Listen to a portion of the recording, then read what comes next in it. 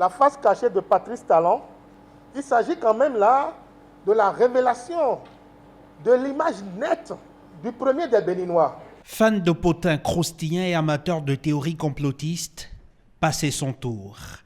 La face cachée de Patrice Talon n'est pas un portrait au vitriol, mais un exercice de style pour un auteur intrigué par le personnage qui a inspiré sa plume. Il faut faire très attention pour ne pas heurter la sensibilité de l'homme.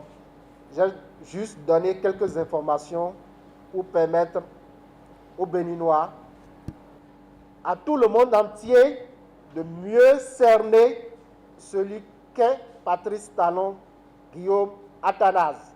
Hésite, déclaration fracassante et révélation de squelette au placard, place à des nuances plus subtiles du personnage. Pour ce faire, Magloire Dato s'en remet à la méthode du journaliste pour révéler ses informations. Donner la parole à des langues bien pendues.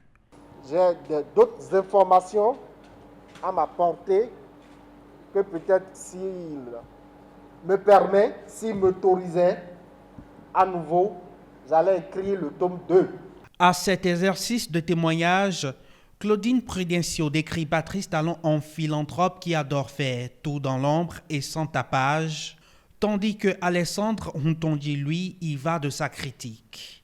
Et tout cela tient en 235 pages, subdivisées en 4 parties.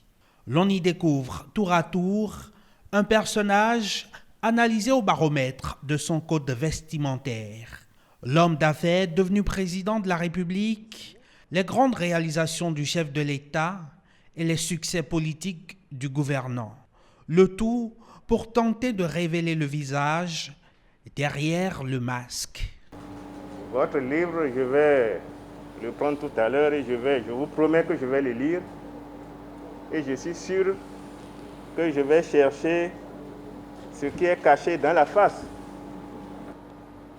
Je suis venu ici ce soir aussi pour chercher à découvrir la face cachée de celui qui préside aux destinées de notre pays.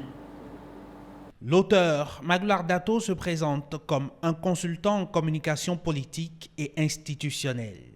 Il est l'actuel directeur du groupe de presse L'Actualité. Sa nouvelle parution, La face cachée de Patrice Talon, par le seul titre, a le mérite d'inciter à l'achat du livre. Quant à ce qu'on y trouvera réellement, c'est entre un auteur et ses lecteurs.